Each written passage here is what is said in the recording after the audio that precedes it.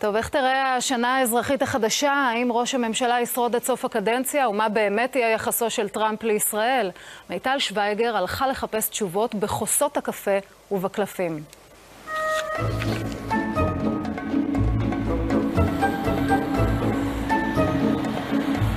רגע לפני ששנת 2017 מתחילה, ביקשנו לדעת מה צפוי לנו בה. פנינו לשלושה ידעונים שינסו לחזות לנו איך תיראה השנה הבאה. מהתחלת השנה יתחיל להיות אושר ואושר. מגיע שפע, מגיע בריאות יותר טובה. יקרו כמה דברים מדהימים, כי התודעה האנושית מתפתחת בקצב מדהים. תחושה היא של סוג של אופוריה. אז מי שיהיה פיגועים פה ושם ינסו להפיל כל מיני דברים, אבל לא יצליחו. סנה קומה היא קוראת בקפה ופותחת בקלפים, שרי לוסקה מתקשרת וליאור שני נומרולוג. הנה כמה נקודות למחשבה על השנה שמתחילה לה כבר ביום ראשון.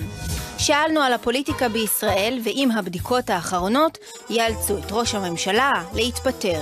רואים אותו עולה, אבל פה זה נקטע. יש שתי דמויות רציניות בפוליטיקה הישראלית שיקומו מולו. הוא לא מחזיק מעמד, בוא נאמר, עד סוף הקדנציה.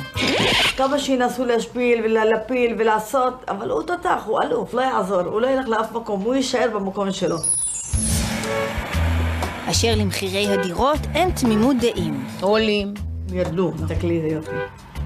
הוא היה קצת בלגן, עכשיו יהיה טוב. מחירי הדירות לא ירדו, אבל תהיה מגמה של מעבר לדיור אלטרנטיבי.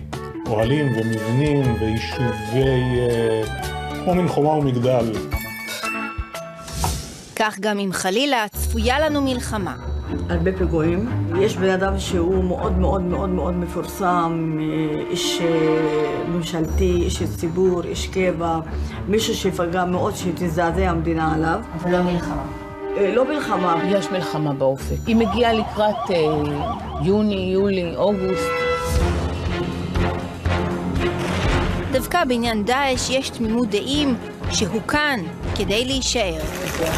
דאעש מופיע בצד פה, דאעש מופיע בסוריה. דאעש לא מחוסל, דאעש הוא נשאר בתוך מקום שלו. בלגן, מלחמות.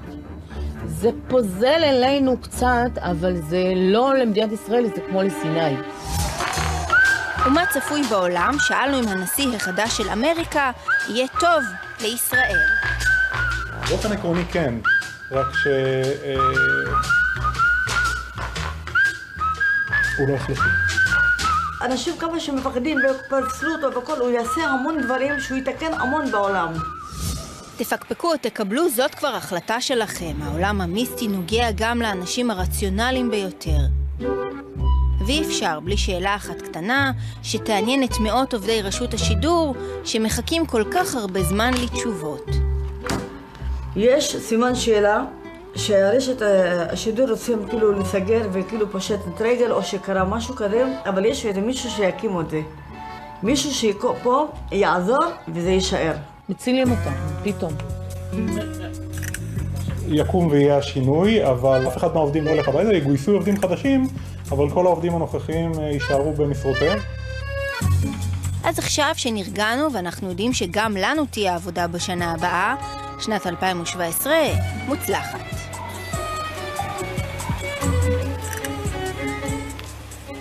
אנחנו רשמנו.